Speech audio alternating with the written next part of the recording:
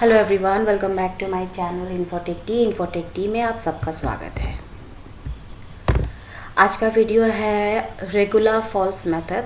मेरे पहले वाले जो लास्ट वीडियो है उसमें शायद फॉल्स मेथड को लेकर मैंने डिस्कस किया था, शायद नहीं तो मैं रेगुलर फॉल्स मेथड को लेकर ही मैंने डिस्कस किया था।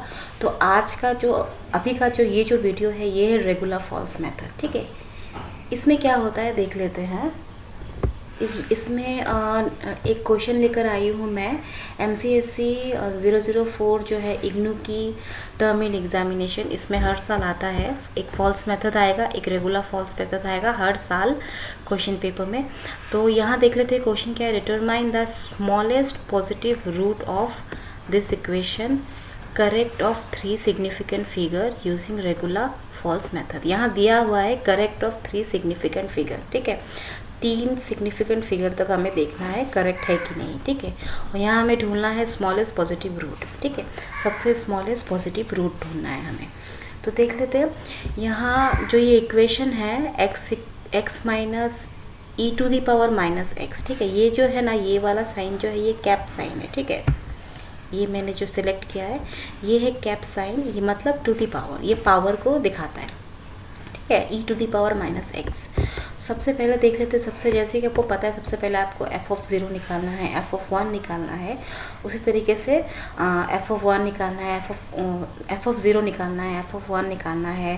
आपको नेगेटिव और पॉजिटिव वैल्यू निकालनी है, उस हिसाब से आपको लिखना है ना, सॉल्व करनी है। तो यहाँ भी वैसा ही है। f(0) मैंने किया इक्वल्स टू x की जगह मैंने 0 पुट किया, x के जगह मैंने 0 पुट किया। ठीक है, तो करके मुझे मेरा निकला -1। ठीक है, विच इज़ लेस देन 0। यहाँ मैंने x टू द पावर -0 का वैल्यू भी लिखा, ये रेड कलर में, प्लीज़ देख लेना। फिर मैंने निकाला f(1) निकाला। ठीक उसी तरीके से x की जगह मैंने 1 की वैल्यू पुट की है और यहाँ मैंने सॉल्व करके निकाला पॉजिटिव। यहाँ मेरा वैल्यू निकला positive which is greater than 0। यहाँ मैंने ई टू दी पावर -1 का वैल्यू भी निकाला। ये आप ये जो ई टू दी पावर 1 हो, 0 हो या -1 हो, -0 हो, उसकी वैल्यू आप कैलकुलेटर में मिल जाएगी आपको। आई होप साइंटिफिक कैलकुलेटर में मिल जाएगी या फिर आपको गूगल सर्च करना पड़ेगा। लेकिन एग्ज़ाम में आप किस तरह से इसको याद रखोगे उसकी भी कुछ एक उपाय निकालेंगे, उस पर भी एक वीडियो होगा, है ना। ई टू दी पावर 1 2 3 जो भी वैल्यू हो, वो मुझे पता है कैंडिडेट को पता नहीं चलता कि उतना याद रखना पॉसिबल नहीं है। ठीक है, उतना वैल्यू याद रखना पॉसिबल, जैसे कि लॉग टेबल हो गया, लॉग टेबल में बहुत सारे वैल्यूज़ हो गए, उसको याद रखना पॉसिबल नहीं है। तो उसके भी तरीके हैं, देखते हैं उस पर अगर उस पर कोई वीडियो पॉसिबल होता है बनाना तो बनाऊंगी। फिर हमें सबसे पहले ही मिल गया नेगेटिव और पॉजिटिव वैल्यू, हमें सबसे पहले ही मिल गया। तो हमने यहाँ लिख दिया therefore the smallest positive root lies between 0 and 1। क्यों, f(0) में निकला था और f(1) में निकला था, है ना। तो मैंने 0 1 लिख दिया और यहाँ क्या है हमारा a = 0, b = 0। ठीक है, तो अब हम आगे बढ़ते हैं। सेम ये जो फॉर्मूला जो मैंने लास्ट वीडियो में जो मैंने रेड कलर कर दिया था, because it is very important. So यहाँ भी मैंने रेड कलर कर दिया इस फार्मूला को। इस फार्मूला को फॉल्स मेथड जो है, फॉल्स पोजीशन मेथड जो है, इसके लिए इस फार्मूला को अच्छी तरीके से याद कर लीजिए। ठीक है, मेरे लास्ट वीडियो में भी मैंने ऐसा ही रेड कलर कर दिया था आपको याद रखने के लिए। आपको ये फार्मूला अच्छी तरीके से याद रखना है, तभी आप कर पाओगे। और तरीके तो आपको पता ही है ना। और सारे जितने सारे प्रॉब्लम्स है सारे में तो एक ही तरीका होता है ना। f(0) निकालो, f(1) निकालो, f(2) निकालो, f(3) निकालो, जब तक पॉजिटिव और नेगेटिव वैल्यू ना मिल जाए, है ना। तरीके सारे एक है, सिर्फ फार्मूला आपको याद रखना है। मैंने x1 लिख दिया। ठीक है, a की वैल्यू डाल दी, f(b) की वैल्यू डाल दी, b की वैल्यू डाल दी। ये इसको थोड़ा नीचा करते ताकि आप समझ जाओ अच्छे तरीके से। ठीक है, फिर मैंने f(a) की वैल्यू डाल दी, सॉल्व किया, माइनस किया f(b) और f(a) को। यहाँ मैंने माइनस किया करके मैंने इतना वैल्यू निकाल दी। ये किसकी वैल्यू है, ये है x1 की वैल्यू। जैसे ही हमें x1 मिल गया, अब हम क्या करेंगे, f(x1) निकालेंगे। f(x1) निकालने के लिए हमने x की जगह ये वाला जो नया वैल्यू है इसको डाल दिया। अब e to the power minus this value क्या होगा वो मैंने यहाँ लिख दिया है, ठीक है, रेड कलर में लिख दिया है, आप प्लीज़ देख लीजिए। उसके बाद सॉल्व किया तो निकाला पॉजिटिव वैल्यू, ठीक है, 0 से ये वैल्यू जो है यह पॉजिटिव निकला, ठीक है। तो अब हम देख लेते हैं, हमारे पास पॉजिटिव निकला। तो अब हम क्या करेंगे, the next approximation lies in between 0 and this, ठीक है।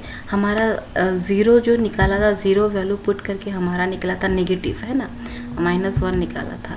फिर पॉजिटिव निकाला, उसको सॉल्व किया, सॉल्व करने के बाद x1 निकालने के बाद x2 निकाला, x1 निकाला, x1 f(x1) में क्या निकाला, f(x1) की वैल्यू निकली है पॉजिटिव, ठीक है। तो हम अब बिटवीन 0 एंड दिस ये वाला x1 की वैल्यू डाल देंगे, क्यों, क्योंकि ये 0 f(0) की वैल्यू नेगेटिव निकली थी और f(x1) की वैल्यू पॉजिटिव निकली है, ठीक है। तो ये x1 है ना, तो इस तरीके से फॉर्मूला के हिसाब से मैंने इसको सॉल्व पुट किया सारे वैल्यूज़ को, फिर मैंने सॉल्व किया तो हमारे पास निकला x2 की वैल्यू इतनी, ठीक है। फिर जैसे ही x2 निकला हम क्या करेंगे, f(x2) निकालेंगे, ठीक है। x2 निकला, f(x2) निकालेंगे, तो उस हिसाब से मैंने x की जगह वैल्यू पुट किया, e⁻- दिस, है ना, x2 की वैल्यू कितना निकला हमारा, इतना है, इसको मैंने निकाला, तो ये वैल्यू निकली, तो ये वैल्यू को मैंने डाला, माइनस किया, सॉल्व किया, तो फिर से हमारे पास पॉजिटिव वैल्यू निकला। मतलब 0 के साथ ही 0 जो निकाला था, f(0) जब निकाला था उसकी वैल्यू -1 आई, तो 0 एंड पॉजिटिव वैल्यू कौन सी है, ये वाले f(x2) है ना, x2 की वैल्यू डाल दी है। उसके बाद अभी हमारा क्या हुआ, नेक्स्ट अप्रोक्सीमेशन लाइज हुआ बिटवीन 0 और ये वाली वैल्यू, ये x2 की वैल्यू के बीच में। तो हम x3 निकालेंगे। अब x3 भी उसी फॉर्मूला के हिसाब से हम वैल्यू को सजाएंगे, लिखेंगे, फिर सॉल्व किया तो x3 की वैल्यू इतनी निकली, ठीक है।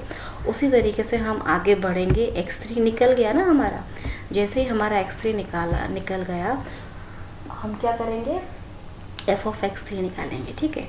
उसी तरीके से हम देखेंगे पॉजिटिव आया कि नेगेटिव आया, ठीक है, उस हिसाब से हम f4 निकालेंगे, f5 निकालेंगे। यहाँ हम देख लेते हैं सबसे पहले क्वेश्चन में क्या दिया हुआ था। क्वेश्चन में दिया था करेक्ट ऑफ 3 सिग्निफिकेंट फिगर, ठीक है, करेक्ट ऑफ 3 सिग्निफिकेंट फिगर। तो यहाँ हमारे पास 3 सिग्निफिकेंट फिगर करेक्ट आया, ऑब्वियसली आया। ये x3 जो है हमारा, ये x3, इसको मैं बोल्ड कर देती हूँ, ठीक है, ये बोल्ड आ गया, इसकी वैल्यू को भी मैं बोल्ड कर देती हूँ, तो वो इजीली अच्छा समझ में आएगा। x3 की वैल्यू 0.567 आया, 77। x4 में भी क्या आया, 0.567 आया। फिर x5 में भी आई एम सॉरी, ये कुछ प्रॉब्लम, ओके, फिर से आते हैं, 0.567 आया, ठीक है। तो पॉइंट के बाद 3 बार हमारे पास x3 और x4 और x5 में 3 बार सेम नंबर्स आ गए, ठीक है। तो करेक्ट 3 सिग्निफिकेंट फिगर आ गए, तो हम यहाँ तक ही रुक जाएंगे, ठीक है। Has the smallest positive root which is correct up to 3 decimal places is x = 0.567। तो ये है हमारा आंसर, ओके, ये वाला हमारा आंसर, ऐसे लिख देंगे हम। तो आई होप आपको समझ में आया होगा। यहाँ आप सोचेंगे होगी शायद ये यहाँ इटरेशन मेथड क्यों लिखा हुआ है, ये मेरा नेक्स्ट वीडियो है, ठीक है। मैं सारे के सारे जो नोट्स है वो मैं वर्ड में बनाती हूँ, माइक्रोसॉफ्ट जो वर्ड है, वर्ड डॉक्यूमेंट जो है उसमें मैं बनाती हूँ, इसीलिए ये सब आते रहते हैं। तो ये हमारा जो ये क्वेश्चन है ये सॉल्व हो चुका है। आई होप आपको समझ में आया होगा। बहुत ही इजी है, सिर्फ आपको e⁻ की जो वैल्यू होती है वो बस याद रखनी है। लेकिन वो आप कैलकुलेटर हो या फिर गूगल सर्च हो, या फिर अगर आपके पास वैसा कोई बुक है कि ई की वैल्यू निकालने के लिए, तो वैसा आप बुक ले लो या फिर गूगल सर्च करो। लेकिन एग्ज़ाम में क्या करोगे उसके लिए सोचना पड़ेगा। अगर पॉसिबल होता है तो मैं वीडियो निकालूंगी कि इसकी वैल्यू आप कैसे निकालोगे, ठीक है। तो फ़िलहाल अब तक तो कोई रास्ता निकला नहीं कि e टू दी पावर की वैल्यू कैसे निकालेंगे, ठीक है, क्योंकि एग्ज़ाम में बहुत सारे एग्ज़ाम्स होते हैं जहाँ पर साइंटिफिक कैलकुलेटर अलाउ नहीं करता, ठीक है। बहुत सारे रिजल्ट सेंटर होते हैं जहाँ पर एग्ज़ाम सेंटर पे साइंटिफिक कैलकुलेटर अलाउ नहीं होता। गूगल सर्च की तो बात तो छोड़ ही दीजिए, लॉग बुक या फिर ई टू दी पावर इसकी वैल्यू की जो बुक होती है वो भी कैरी करने नहीं देते। बहुत सारे होते हैं एग्जामिनेशन सेंटर, और जहाँ अलाउ करते हैं उसकी तो बहुत ही अच्छी बात है। तो देख लेते हैं, अगर पॉसिबल होता है तो मैं उस पर भी एक वीडियो, छोटा सा वीडियो बनाऊँगी।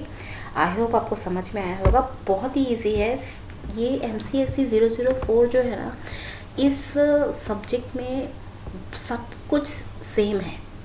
आपको f(0) f(1) निकालना है, आपको देखना है, आगे बढ़ना है। जब तक नेगेटिव और पॉजिटिव वैल्यू नहीं आता तब तक आपको f(0) f(1) f(2) f(3) निकालते जाना है, ठीक है।